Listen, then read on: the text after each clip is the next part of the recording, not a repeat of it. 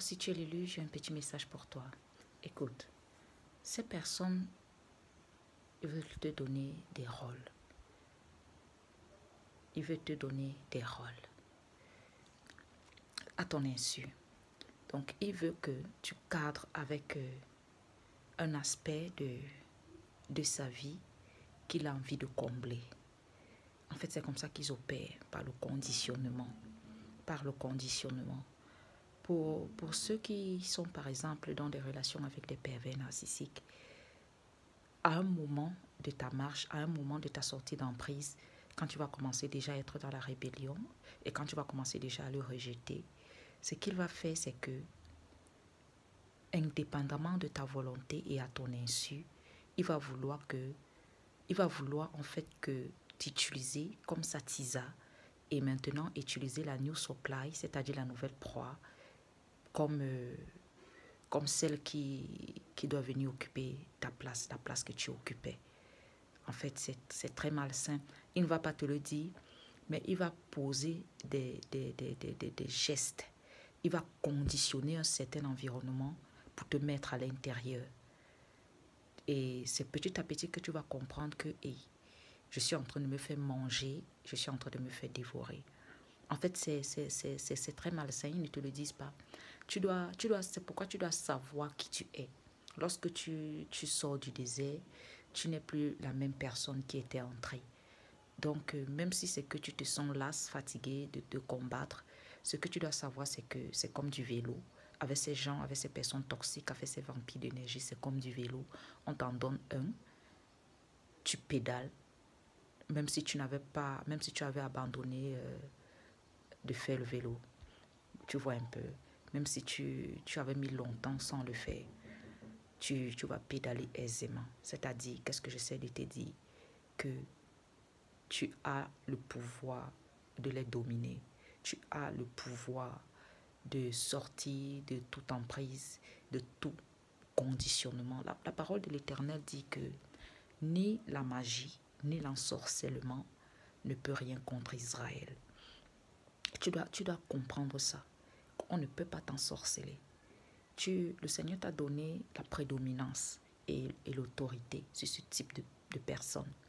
Parce que lorsqu'ils ont déjà posé ce conditionnement, c'est-à-dire ils te mettent dans un environnement qu'ils ont créé. Ils te mettent dans un environnement qu'ils ont créé. Par exemple, toi, ton énergie s'épanouit peut-être dans un endroit précis, dans des endroits précis, les endroits où il y a des belles énergies, peut-être les supermarchés, la nature. Tu aimes beaucoup, parce que l'élu d'abord, c'est quelqu'un qui son énergie ne coule pas avec la crasse. Donc, c'est-à-dire quand quelqu'un t'amène dans un environnement déjà, parce qu'il a déjà vu ton standard et qu'il commence à baisser les standards, c'est-à-dire t'amener dans les environnements que lorsque tu regardes, tu ne te sens pas à l'aise là-dedans. Lorsque tu regardes, c'est sale. Donc, la personne fait exprès. C'est pour salir ton énergie et pour te rabaisser. Pour que tu changes l'aspect, la vision que tu as de toi. Et la personne va commencer à maintenant autour de toi, la personne va commencer comme à te dénigrer, à vouloir te dénigrer. Il va même t'amener dans les environnements déjà préparés où peut-être il y a même déjà des personnes qui t'attendent. Mais tu ne vas pas avoir l'impression qu'ils t'attendent. Ils feront fi de ne pas trop être avec, de ne pas être là pour toi. Mais ce sont des environnements préparés déjà. Alors dans ces environnements, ils vont jouer au ping-pong spirituel. C'est-à-dire, tu vas voir comment on te pose, d'autres te posent des questions. Et ce sont comme des questions, des questions empreintes d'une certaine, des questions empreintes d'une certaine malveillance. Une malveillance voilée, une malveillance cachée, un déguisement. Donc, ils vont déguiser les questions, ils vont déguiser leurs conversations et parfois tu vas avoir comme des pics d'attaque. Des pics d'attaque. C'est vraiment un écosystème qu'on va placer sur toi. Vraiment un écosystème. Donc, si tu n'es pas au fait, si tu n'es pas conscient de qui tu es, tu vas tomber. En fait, c'est un conditionnement. Donc, c'est pour te mettre sous une emprise et pour te pousser à être la personne qu'il veut que tu sois et à te mettre dans le moule qu'il veut que tu entres. Est-ce que tu comprends? Mais si c'est que tu te réveilles, que tu tu ne permets pas qu'on t'enlève ta couronne parce que la parole de l'Éternel dit dans Apocalypse, il faut garder la couronne que vous avez reçue du Seigneur et ne permettez à personne de vous l'enlever. Ne permettez à personne de toucher à votre couronne. Alors quand tu vois que quelqu'un t'amène déjà dans des environnements où tu ne te sens pas à l'aise énergétiquement et que la personne fait des choses que en temps normal tu as dit à cette personne que tu n'aimes pas. Peut-être tu n'aimes pas quand on fume à côté de toi. Mais c'est là que la personne commence à le faire. Donc si c'est que tu laisses passer, la personne est donc en train de te éduquer à entrer dans son moule. Donc tu ne laisses pas passer.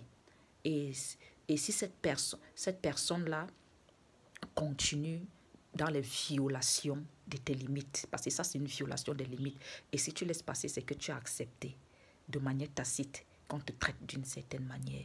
Donc tu dois savoir imposer qui tu es, savoir imposer où tu veux aller, savoir imposer comment on te traite, tu vois, parce qu'ils vont vouloir te traiter autrement, et c'est un peu comme un gaslighting, un enfumage, tu vois. Donc tu vas un peu oublier un moment qui tu es. C'est pour te faire oublier que tu es. C'est pour ça qu'on t'amène dans ces basses altitudes. Donc, tu t'élèves directement. Quand quand tu te rends compte de ça, élève-toi directement. Cette personne-là, c'est une personne vampire, c'est une personne manipulatrice. Cette personne veut juste te mettre dans un moule, t'emmener dans la crasse. Ce n'est pas, tu ne carbues pas à la crasse, l'élu. Donc, c'est un petit coucou que je voulais te faire et je voulais aussi te parler de ça.